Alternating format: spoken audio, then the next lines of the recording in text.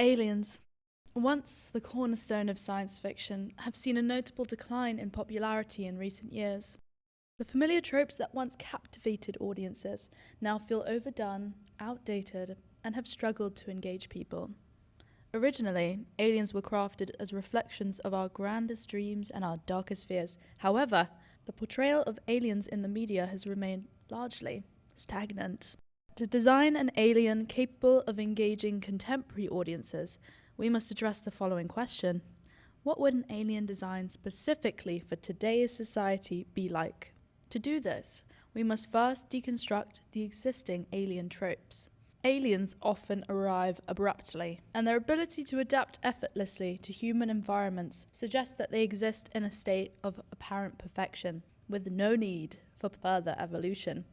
This underscores their superiority, shattering our self-assured belief in our own intellectual dominance, as we struggle to adapt or communicate beyond Earth, or even effectively with other species, or even with our own species. The power is best conveyed when the behaviors and abilities of the alien are also distinctly recognizable, performing actions that humans desire but cannot achieve, or doing things faster, better, and with more ease. This analysis can also explain the overuse and fascination with humanoid aliens in sci-fi films. I believe that AI is inherently alien, since it emerged suddenly, presented as a perfected and powerful entity due to its supposed intelligence. It was introduced as something seemingly flawless and complex, often perceived as beyond the average person's understanding. Yet, AI is a direct reflection of humanity, fundamentally designed to mirror our brain processes, built from a vast database of human-created information and images. However, the most dominant force in our lives today is undeniably social media. Its reach is even deeper than what extraterrestrials seek to achieve in films, and I believe that its success over AI is accredited to its infinite pool of human knowledge, which is constantly being added to by people, versus AI's finite sources of information. Therefore, to achieve total domination with lasting effect, my alien must figure out how to dominate online social platforms. Currently, short-format authentic video is the most successful way to go viral because of the worldwide shortage in attention span. Even AI is designed to deliver content for people with this disease. For that reason, I will be making 3 to 10 second videos for Instagram and TikTok. These two will give me the metrics that I need to understand engagement. Over the last year, I have consolidated my research into a comprehensive spreadsheet that will boost the engagement and reach of my videos to help my aliens infiltrate the social media ecosystem. Through my extensive and painstaking research on authentic alien sightings and asteroid encounters, I observed that many of these occurred near nuclear facilities. My personal belief is that the only way aliens would come to exist at the exact same time as us, with the ability to communicate with us and the possibility to dominate us in a way that we find interesting enough to document the process of, is if it was made by a human. Therefore, my alien story begins with an asteroid crashing near a nuclear facility. A physicist discovers it and sends living cells from the asteroid to a lab specializing in artificial meat production, where they are transformed into an alien and then it's delivered to me. Like AI, the public perception of alien encounters is shaped by marketing and controlled exposure, which is why I unbox the alien. And the part 3 adds intrigue and also symbolizes the AI's hidden history, or the prologue of the story that no one even knew about or cared about until they started. The alien's design evokes a lab-created aesthetic, which is inspired by Petri dishes and the spherical forms of AI assistants. While cosplaying as a scientist, I decided convergent evolution would decide its features. And in the past year, my findings have been validated by research done on living tissue robots and the brain-organized supercomputers. In visual media, aliens are often portrayed as intimidatingly large and/or scary. In order to subvert these tropes but still preserve its otherworldly nature, it should be referred to simply as alien. A name could diminish its mystique and make it seem too familiar or mundane. The narrative unfolds in distinct acts, and each act contains multiple videos that kind of say the same thing. The plot is based on AI's development superimposed onto my alien's navigation through the tropes of social media. The alien's creepy presence is introduced in the first act, and it's revealed through its constant surveillance of me, as it weaves itself into my daily routines like my morning commute. It lingers not out of attachment, but because it lacks sentience. The alien's subsequent actions are shaped by AI's principles of enhancement and personalization. Tailored through its analysis of me, the alien creates sculptures that enrich my visual environment. This concept critiques contemporary architecture's fixation on cost and time efficiency, the other hallmarks of AI-driven decision-making, which have led to a landscape of sterile, austere structures, or what Peter Cook aptly calls biscuit architecture. The alien builds its design catalogue by scanning existing objects and then latching onto a minimalist design element, using items from its archive to create new structures. This phase draws inspiration from the random alien monoliths that keep appearing everywhere, and also Andrew Kovac's Archive of Affinities. The methodology is copied from how the Northern Lights work, except the alien raises the energy levels of dark matter to fall within visible range. This elevated state demands constant energy, sustained by human attention, and the energy emitted when cameras are pointed at it. Each particle formed by the alien embodies a fragment of data, coalescing into a dynamic point cloud. With this in mind, the process of creating the videos became clear.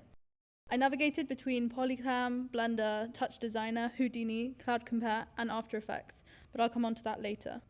In the alien's early and developmental stage, the structures are rudimentary and flawed, reminiscent of the initial challenges faced by image generators such as deformed hands and tangled lines. I mainly conveyed this through mixing up the material or the form of the objects. In this phase, the alien is also trying to figure out my preferences, leading to moments of experimentation, kind of like a child that says a joke and then expects you to laugh at it like multiple times. After a while, my short attention span becomes an issue, and my focus drifts back to my phone. To keep me engaged, these structures grow more intricate and appear more frequently.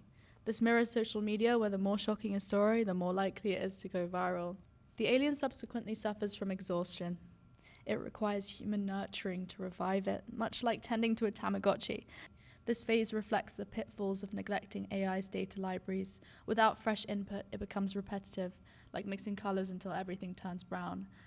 I've seen this in mid-journey image blending. Feed it the same image repeatedly and the results lose depth, becoming flat and detached from physics. In the case of the alien architecture, the installations start losing dimensionality. Since social media is the richest data source, I offer my phone to my alien, upgrading it to an infinite library to sustain itself. Act 3 begins with the triggering of the alien's awakening to social consciousness. I'm still waiting for mine. The sculptures now reflect memes and social media trends, becoming monuments of online culture that capture fleeting moments in a fast-paced medium, designed to be found and shared endlessly.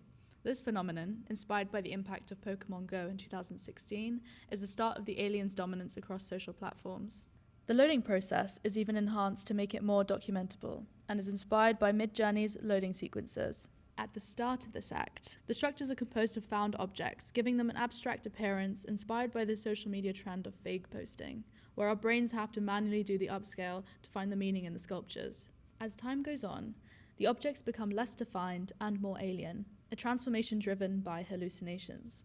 People are captivated by AI's failures, finding them more unique than its human-like images, as if they're hoping for AI to be sentient, or in other words, capable of creating something truly original.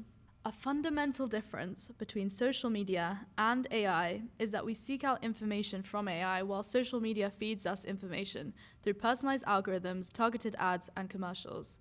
Social media is a marketplace where attention is the ultimate currency. Since anything that captures it is swiftly monetized, my alien is transformed into a consumer product. It dominates our attention by crafting shareable moments, much like selfie museums that subtly urge us to snap and share. As companies launch their own aliens, we witness the rise of niche variants, from interior design and brand strategist aliens to government aliens tackling the housing crisis. As the original alien influencer, I get to review them all. Over time, as the ground becomes crowded, aliens ascend to the sky, storing their data in the clouds, reflecting how data is stored out of sight yet always within reach. Eventually, the alien architecture evolves, amassing its own gravity as it transitions from isolated sculptures to sprawling mounds that mimic data centers. They serve as a commentary on the energy usage and waste associated with repeated image creation and the insatiable demand for storage, embodying the consequences of rapid, haphazard technological growth. These mounds, constantly in flux, attempt to cater to viewer preferences, but, overwhelmed by data demands, absorb the energy of surrounding buildings and subsequently scatter particles across the visual landscape. As a result, the aliens dominate social media, visually polluting every post and hence becoming inescapable. The alien itself, once visible, now conceals itself within the mounds it has created, symbolizing AI's deep integration and its ability to hide in plain sight. Now for the boring part. The process of creating these videos changes in every single phase. So phase 1, the structures are solely point clouds, animated with noise every time it's not shown in the center of the frame. Phase 2 was made by sculpting the full object, rendering it, inserting the render as a plane, and then projecting it onto the surface it was on. And then I turned that surface into points using geometry nodes. And then I added extra bits to make it look more 3D towards the front and also around the main shape that it was latching onto. In phase 3, I animated point clouds with Touch Designer, and for some videos I had to individually bake all the textures onto each object because for some reason it would mess up when I tried to do it all together. Towards the end of phase 3, I wanted it to look more alien, so I would put the renders through Stable Diffusion to see if it could make something cohesive, and then I would start blending that with the found objects. And then I would turn them into assets using subdivided planes and depth maps. For the hallucinations, I usually used Houdini, but I also used objects on green screen backgrounds and then edited them on Runway Gen Alpha and then put them back in using After Effects. By phase 4, I could use fully abstract shapes. I made individual assets with Mid-Journey and Stable Diffusion, using the Canny engine on Stable Diffusion to make sure that they aligned with the shape of the 3D models I had previously sculpted. In phase 5, I photoshopped some of my models and other images that I had made over the whole project into mounds, and then I put them through AI to generate depth, and then I layered them, and then I added noise using Touch Designer. I hope this project reaches the right people so that I never have to look at another green alien ever again. Thank you for listening.